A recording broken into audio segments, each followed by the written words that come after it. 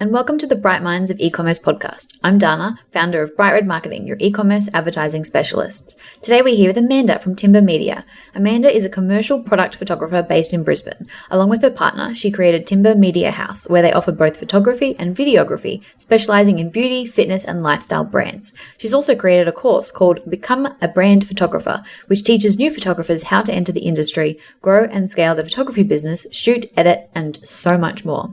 In today's episode, she shares why photography is so important in e-commerce, how to make your images work harder, and her top tips for DIY, and so much more. So let's get into it. Welcome to episode 26.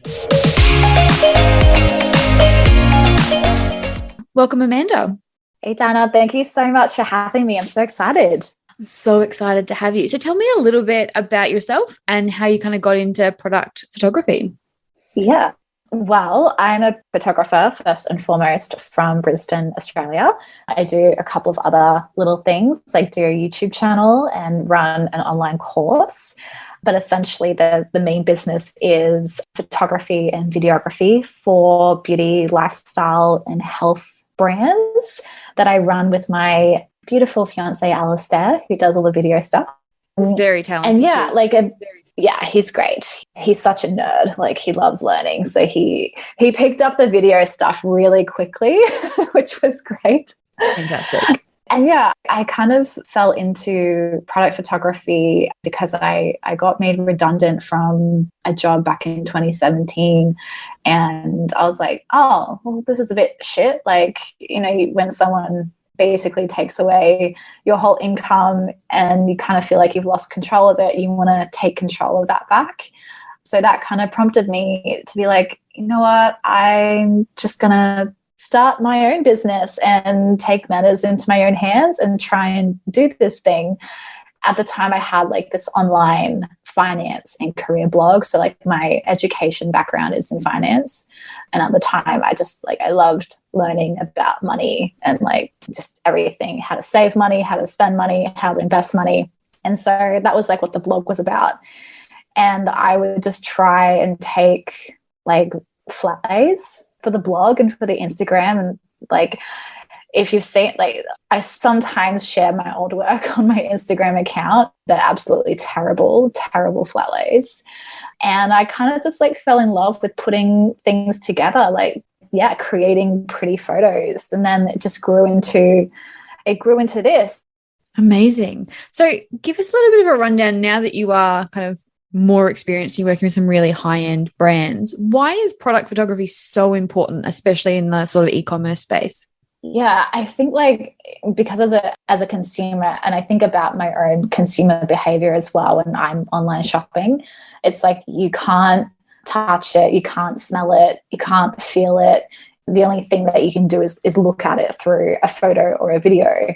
And so firstly, like that's, you've just got to pump out the content, I think, as much as you can to get it in front of people's faces. But I also think that having high quality photo and video, it builds the trust factor with your consumer. And I know that if I look at a brand and I can't see any kind of signal that they have invested in their content, like if they don't have any professional content whatsoever, I'm definitely less likely to buy, because I think like, oh, this brand, they may not be around for long, or I understand that budget can be really tight when you're starting out. But I just think to help build that trust, it's really important to have professional looking content. Yeah, definitely. So when people are planning for product shots, video shoots, those sorts of things, what's something that you find people often forget or overlook? Oh, I guess we try and prompt our clients with as many questions as possible in the pre-production phase of things so that we can cover as many details as possible. I'm trying to think like what could be the thing that people forget. To be honest, I can't think of anything right now. Okay. But maybe like it could be small details, like even giving enough visual references so that us as the creator can try to visualize what the client is seeing. Like, we're not mind readers, and sometimes there can be, I guess, like we may not be on the same page as the client because they haven't communicated something, or maybe we haven't asked the right question to prompt a certain detail to come forward. So it's definitely been a learning process over the last 4 years to refine our creative brief. I feel like we're still refining it as well. I think that's an ongoing process for every business. Oh gosh, yeah, every project's a learning experience. Yeah, I think it's just, we just try as much as possible to ensure that we're on the same page. And if details are missed, it just becomes a learning experience at the end of the day. Yeah, so just kind of making sure that they give you references of things they want or similar vibes or that sort of thing. Yeah, exactly. And for me as a product photographer, it really helps when people send through inspiration photos, because I can see what it is that they like about those photos and be like, okay, cool, they like that element, they like that element. So let's take these elements and create their own branded photo shoot. So I'll always ask clients to send through as many photos as they can, because it visually helps me to create their own creative plan, I guess. Yeah, amazing. Obviously, it is not cheap to get professional photography done. So do you have any strategies or tips on how to make the images that someone like yourself will capture work harder for you on platforms like Instagram, or if there's anywhere else that you recommend? Yeah, I mean, when I shoot, I try and do photos that I guess you can crop. So, I might take a wider photo where you can crop different parts to get different kinds of little scenes. It really depends as well on the styling though. So if you're shooting multiple products, maybe you've got 5 different products in the scene, you can obviously crop into each product to create 5 different photos in a way. So I think cropping is a really great way to repurpose the content on different platforms, and also shooting landscape as well. So obviously landscape you can use as a banner on your website, and you can then crop it down to either a square or a story size for Instagram. Yeah, fantastic. I think that's a really clever way of kind of getting more out of what you've paid for and giving it a bit more use in life, which is fantastic. Oh, sorry. No, and even for video as well, when we're usually for video, we're shooting out on location. We shoot a lot. There's so much content that clients don't even see. And so often when say Alistair's going through the footage, you might be like, oh, we can create, this other ad down the track for you, or we can create this kind of piece of content. And so even last year when we did some shoots at the beginning of 2021, we had clients come back for Black Friday to be like, hey, can we use the footage that we shot at the beginning of the year for a Black Friday ad? And so all you then have to do is pay for the editing side, and you don't have to redo the whole shoot. So I think for video too, if you can invest in a substantial shoot, a couple of hours, and get as much footage as possible, you can then revisit numerous edits later down the track when budget allows. Yeah, fantastic. So how does the end use affect the image or video that is being produced, I suppose? So for instance, is there a difference in the types of images or video content you would suggest for Instagram versus website versus, Facebook ads? I do think for Facebook ads, they definitely have to be really kind of fast, eye-catching and engaging. I think there's a bit of probably a formula to use with Facebook ads compared to just organic social media posts. Because when someone's going to be looking at a Facebook ad, you've really only got 3 seconds to capture their attention so they can keep watching until the end. And usually you want the ad to be only 15 to 30 seconds maximum, I think. If you're selling, say, a beauty product or something like that, you want it to be fast, engaging, as opposed to slow. And I guess it depends on the brand, but people want to, quicken things up when they watch their content. You've got to work hard to get them to stop that scroll.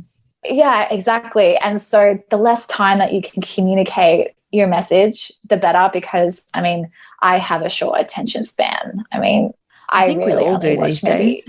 10 seconds and I'm done.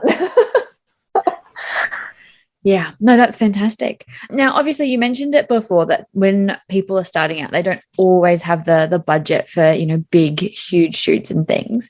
So for those who are wanting to kind of DIY, do you have any top tips or recommendations? I think the first thing is to identify like why you're doing a photo shoot. So what purpose does this content serve your business? And really mapping out the quantity of content that you want to achieve. So it might be like 10 photos. If you want to play around with video, I know you might want to get like one good video out from the shoot. So I think it's identifying where this content's going to go, especially if it's going to be used in an ad. Is it going to be for a website banner, for Instagram stories, or just like organic social media marketing? And then from there, you can kind of, in terms of DIY, there's so many photography tips that I guess I could share, but lighting share a couple and feel free to plug your course while you're at it. Lighting is definitely first and foremost, I think, the most important thing to pay attention to. If you don't have studio lighting, obviously natural light is going to be the best and cheapest option. So if you want that really hard light, you'd have to shoot on a day when it's nice and sunny. Otherwise, if you're after no shadows, you want an overcast day or just some shade. However, I definitely recommend, if you're going to take your own photos on a regular basis, having studio lights. It makes such a big difference because you don't have to firstly rely on the weather, and you can also manipulate your lights a lot better than you can natural light. So you can get all kinds of different results. And obviously, like, I would assume that people just starting out and DIYing, you'd be using probably an iPhone or something like that.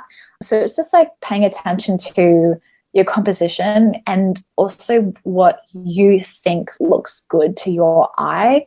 And it just takes practice. Like you're probably not going to be Picasso on your first week of doing product photography. It just takes so much practice to strengthen that creative muscle in order to, come to something that you're really proud of and that you're like, yeah, I really love this photo. I love the styling. And it just comes down to your imagination and creativity.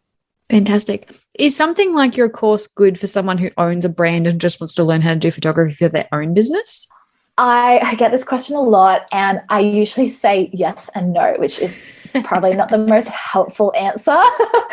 But essentially, like, the course it's completely tailored towards people who want to be a photographer. Those who own their own product-based business and they actually enjoy photography, then you will benefit from a lot in the course, mainly the editing, the modules about equipment and lighting, camera gear, how to use your camera, things like that, the styling and the behind the scenes. But there's also another side to the course where it's like business education for photographers that probably wouldn't, like, it wouldn't really benefit a product-based business owner.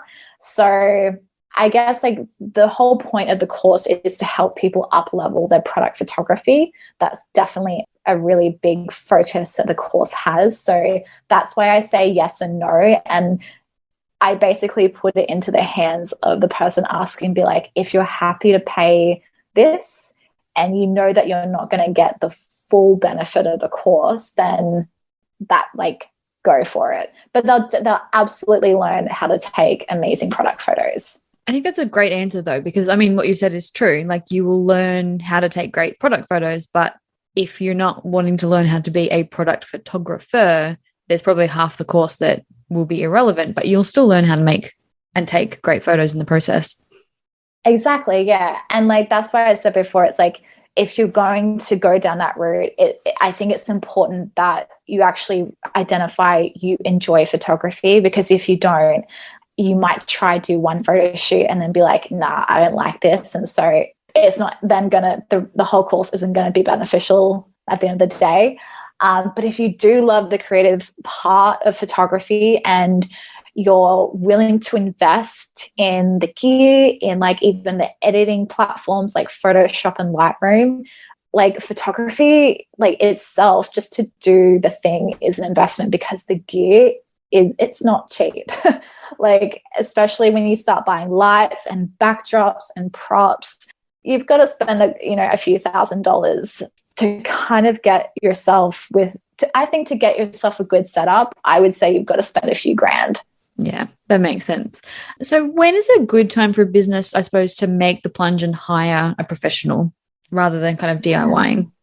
I definitely think as soon as they can, even if they're a startup, like we still work with quite a few startups, and we can tell those people who really value photography because they know that it's going to help them, I guess, kickstart their brand off the right way. And it's like what I was saying before, where a consumer looks at a brand, they want to be able to invest in a brand as well in the long term.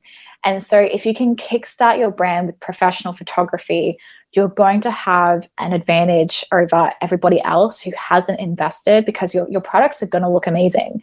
And so it's something I kind of always try to remind people is that, like, if you've created this product and you know it's amazing quality, the photo itself has to represent that kind of quality. So if you're representing your product with low quality images, maybe it could be really bad lighting, the styling may not make sense for the product or the brand, then it won't make sense to the customer. And so if you can kickstart the brand with representing the quality of your product with high quality imagery, it's going to speak much more to the customer who wants to buy. Makes total sense. I know a reason that I've heard before as to why people don't invest is because they know they can't afford it for everything. Is it something where you would say, look, just do what you can and then you can kind of DIY the rest, but at least you've got the good stuff? Or is it sort of where you need to have just the professional across the board to make it look good? I think it depends, like, how well you can DIY it. I mean, I totally understand that, like, yeah, when you're starting out, there can be barely any budget at all. But I also think that if you are going to start a product-based business, you've got to think about the marketing. It's all very, like, I've had a product-based business, so I totally know the upfront costs. I know how much of a nightmare, like, the shipping costs can be, all that stuff. So if you're going to invest in your inventory, you've got to think beyond that as well and think about your marketing. You have to invest in your marketing too. It's so, so important if you want to see growth, because if you run your business for months on end without spending anything on your marketing, how can you expect it to grow and actually make sales?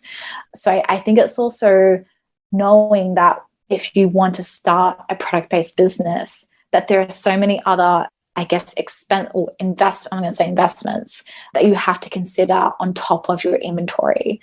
I mean, I'm a marketer, so I totally agree with you. I've seen so many posts lately of people being like, I've started a business, I bought all this stock, I made a website, I have no money left. And I'm like, yeah, but how are you planning on marketing it? Exactly. That's the expensive part. Yeah. And people forget about that part of it. They're like, cool, I'm going to buy all this product and the packaging looks amazing and here it is. But then how are you meant to sell it if you don't have any way to reach people? And I think trying to do it organically on Instagram and just following heaps of people and hoping that, like, the word will spread, it's a slow burn. And so that's why I think, like, even influencer marketing is amazing as well to get started, like word of mouth. And that costs money too. Like, you've got to pay people to promote the product. So I think that at least having some form of budget for marketing is so important. And there are so many photographers too at different price points. Like, you can get a professional photographer who obviously their quality may not be as good as somebody else who's higher, but you can still have professional photography done within your budget as well. Yeah, I think it's very good advice. Thanks. Before we wrap up, is there anything you think we've missed that we didn't cover? I feel like that's probably it. Yeah, I just think, like, with any kind of business, it's so important to have a good mindset around money and around investing in your business, like, no matter what area of the business that you need to invest in. And yeah, I mean, having good content, it absolutely will help to sell your product. And if you can invest in like a big shoot and save up for that, do photo and video all in one, you can really optimize your budget. And often, even when I'm doing photography on location, I shoot way more than what like the original contract's for. So say someone hires us for like 10 photos, I might shoot 100 photos plus. And so there's all this content that can be purchased at a later date when maybe their business has grown a bit more and they don't have to reinvest in a whole other big shoot. They can just repurchase photos whenever they need to.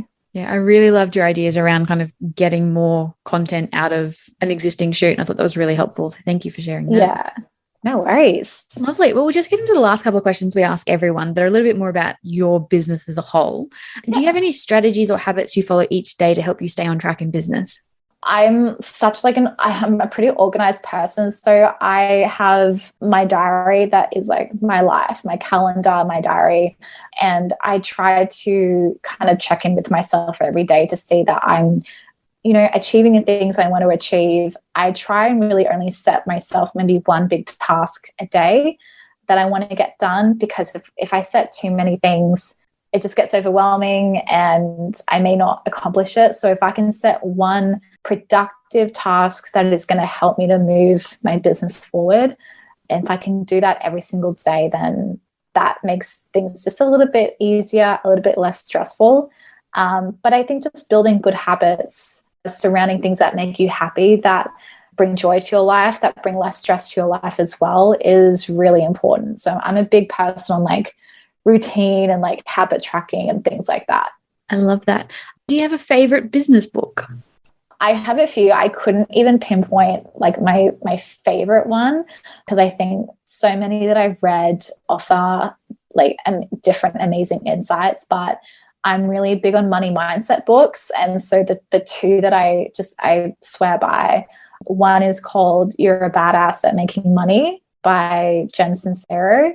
And the other is Secrets of a Millionaire Mind by, I think his name is T. Harv Eker.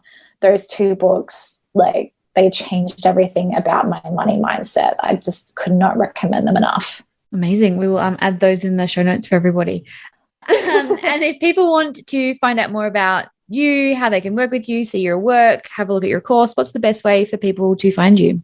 Yeah, so it'll be our website, timblemediahouse.com, and it's Timbre with, it's spelled Timbre.